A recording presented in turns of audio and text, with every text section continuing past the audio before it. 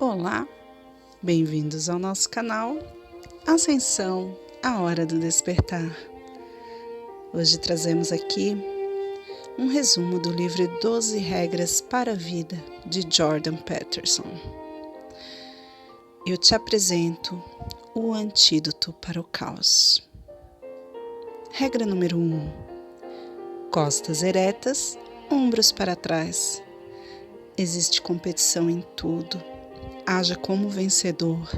A sua postura física te coloca em posição de vencedor. Afeta seu comportamento físico e mental.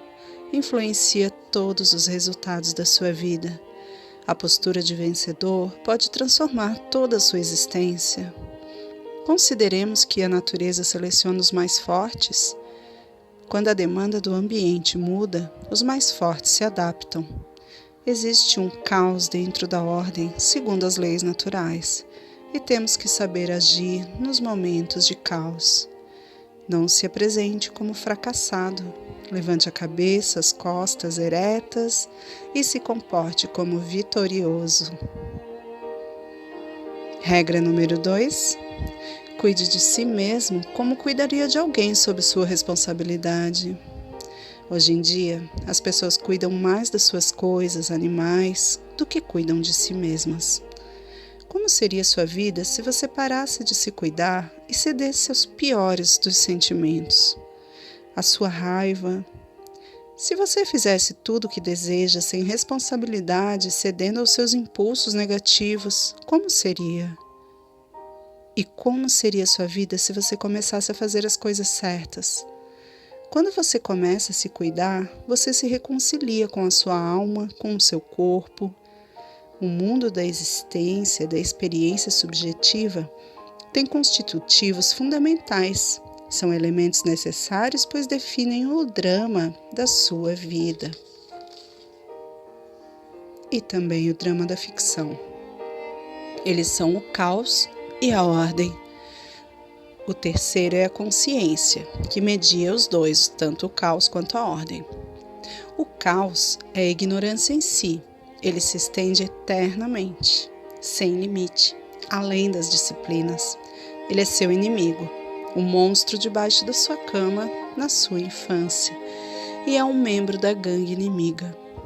A ordem já é a hierarquia, a ordem, a disciplina, o território explorado, conquistado, conhecimento. Quando tudo está definido, estão em ordem. As pessoas devem dar crédito para si mesmas e aqueles ao seu redor por agirem produtivamente e com cuidado. Também pela consideração e preocupação genuínas que manifestam com os outros. Mas também vemos o outro lado da moeda, onde todas as pessoas têm falhas. Mas não quer dizer que não devemos procurar nos cuidar e cuidar dos outros, pois assim seríamos punidos o tempo todo, e isso não seria bom. Seria como se estivéssemos nos mantendo no caos, com sérias consequências. Cuidar de você como se estivesse cuidando do outro, talvez não fosse o que você quer e talvez não fizesse você feliz. Dar um doce, um agrado a uma criança a faria feliz. Porém, ela também precisa ser educada, se tornar responsável, um ser capaz de cuidar de si mesma e dos outros quando adulto. Aprenda a cuidar. Você teria um significado para a sua vida. Isso justificaria a sua existência, expiaria sua natureza defeituosa e te daria confiança sincera do ser. Portanto, cuide de si mesmo. Regra número 3. Seja amigo de pessoas que querem o melhor para você. Se a falta de responsabilidade com a própria vida, baixa autoestima, podem fazer com que você escolha amigos que não creem que podem ter o melhor da vida. Isso afeta a sua vida de forma muito negativa, pois somos animais sociáveis e não podemos viver isolados. Precisamos e muito saber escolher as pessoas certas. Elimine amizades tóxicas da sua vida, ou pode sofrer devastações em todas as áreas da sua vida. Não escolher nunca amigos tóxicos para tentar resgatar alguém, pois nem todos desejam sair de onde estão. Descubra primeiro o porquê a pessoa está com problemas, e se ela achar que tudo aconteceu e nada é de sua responsabilidade, é difícil que ela seja uma real vítima. Se ela não sentir-se responsável por si, dificilmente irá mudar as causas do que a trouxeram estes problemas. Se você não recomenda alguma amizade para seu filho, seu pai, seu amigo ou alguém que você ama, por que você teria essa amizade para si mesmo? Se fosse por lealdade, lembre que ser leal não é ser burro. A lealdade deve ser negociada sempre. A amizade é um acordo recíproco e você não deve tolerar alguém que está deixando o mundo pior. Seria mais fácil você se cercar de pessoas saudáveis e boas do que as más e prejudiciais. A pessoa boa e saudável está perto do ideal e é preciso que você seja forte para estar perto de alguém assim. Tenha um pouco de humildade e coragem. Use seu juízo e se proteja de pessoas totalmente desprovidas de senso crítico. Seja amigo de pessoas que queiram o melhor para você. Regra número 4. Compare a si mesmo com quem você foi ontem, não com quem outra pessoa é hoje. Todos temos forças e fraquezas, e por isso a única comparação que você deve fazer é com quem você já foi um dia. Você tem uma natureza única e não será feliz se lutar contra ela. Entenda que nós queremos coisas e muitas vezes precisamos delas de fato. Na natureza humana, compartilhamos experiências de sede, fome, solidão, agressão, medo, dor, desejo sexual. São todos elementos do ser, mas devemos escolher e organizar nossos desejos, pois o mundo onde vivemos é um lugar complexo e real. Devemos nos tornar conscientes dos nossos desejos e os organizar em hierarquias, listar em graus de desejo e necessidade, os articular. A religião trata do comportamento correto, do bem, segundo Platão. E é um começo. Você não saberá escolher nada, não focará em nada se for um ignorante e indisciplinado. Você não saberá escolher um alvo e voar em linha reta. É necessário um sistema de valores morais estável, e esse é o bom das religiões, qualquer uma que seja, pois elas indicam o caminho de uma ordem superior. Como você será bom se não internaliza a estrutura moral de uma ordem superior, pelo menos como um ponto de partida? Você começa a perceber que não deve vencer à custa de piorar a vida de outra pessoa. Então, você se torna criativo. Você decide que quer uma vida melhor e quer tornar a vida de sua família melhor também. Portanto, só compare você a você mesmo, nunca a outra pessoa.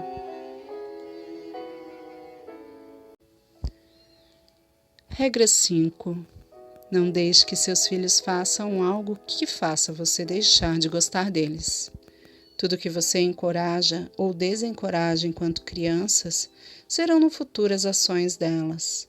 Você precisa ser o pai do seu filho, moldando o comportamento deles. Eduque seus filhos para que sejam agradáveis para a sociedade. Às vezes, alguns pais são presenteados com os filhos especialmente difíceis. Pergunta-se onde está o erro, na criança ou no pai? Não é bom que toda a condição humana seja colocada nos ombros da sociedade.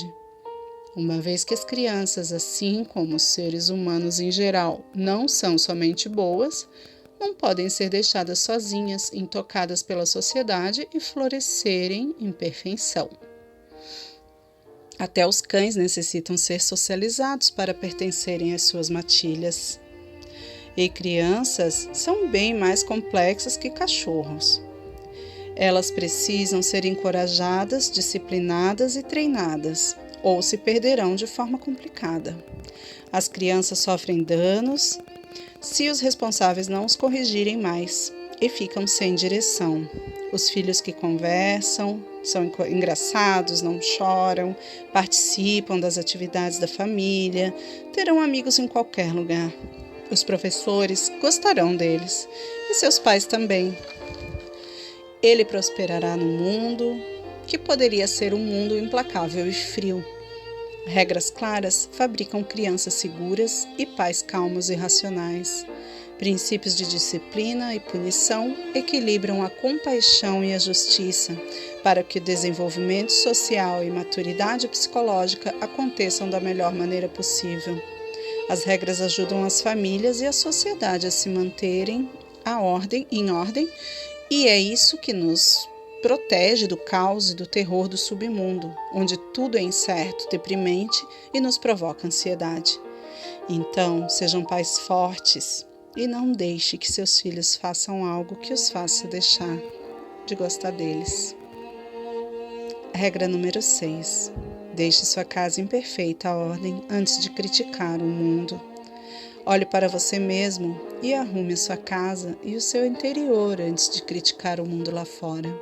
Não tente consertar o mundo se não consegue consertar nem a si mesmo. Para arrumar a sua casa, dê um pequeno passo de cada vez. Pare de fazer algo que você sabe que faz errado. Depois faça apenas coisas que você pode dizer com orgulho que as faz, até que crie uma base sólida na sua personalidade. Às vezes, nosso sofrimento é o resultado de uma falha pessoal, como se fosse uma cegueira voluntária tomada de más decisões.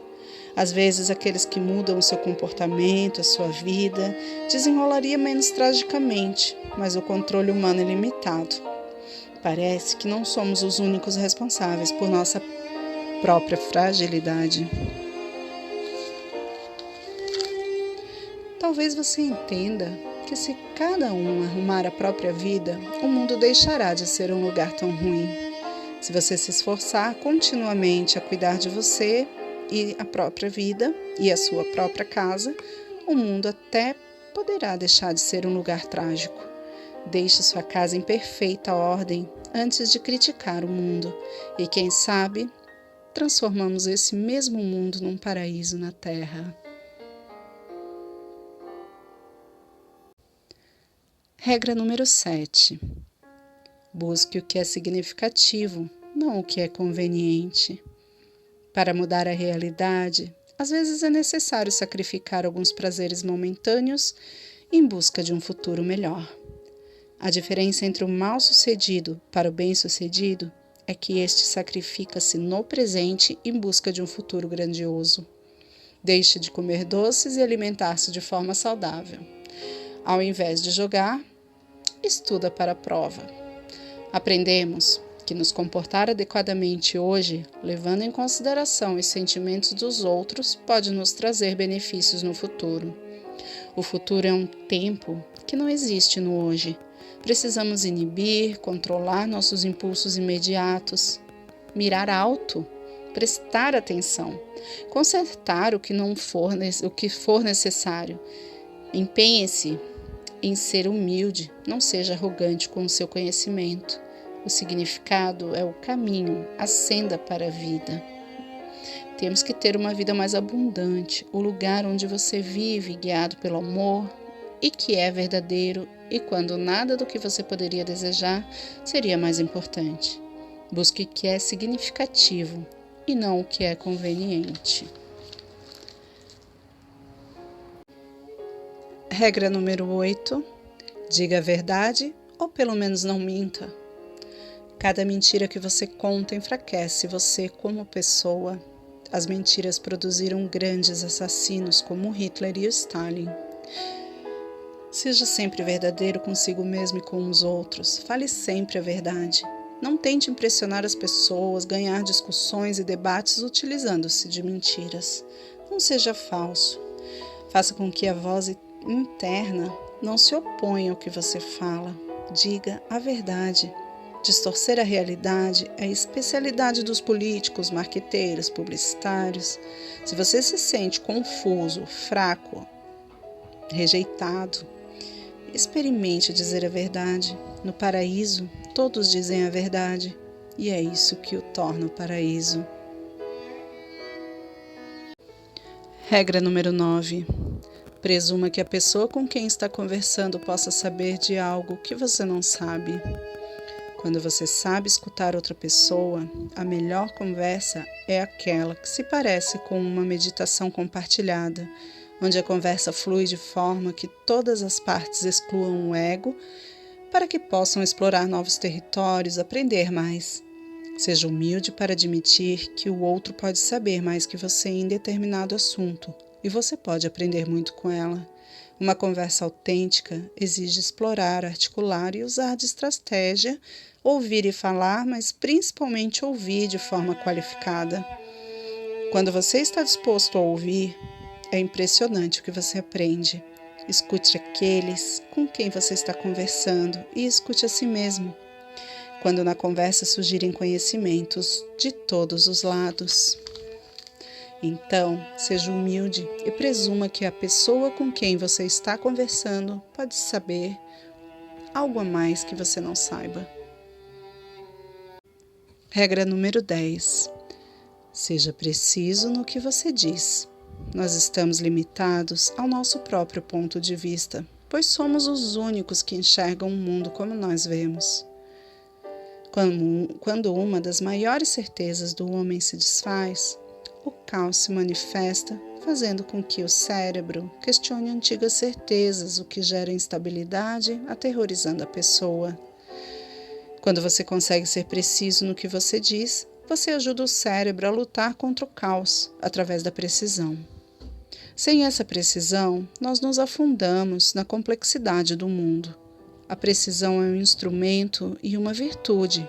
Utilize-a. Perceba seus erros, articule-os, corrige-os.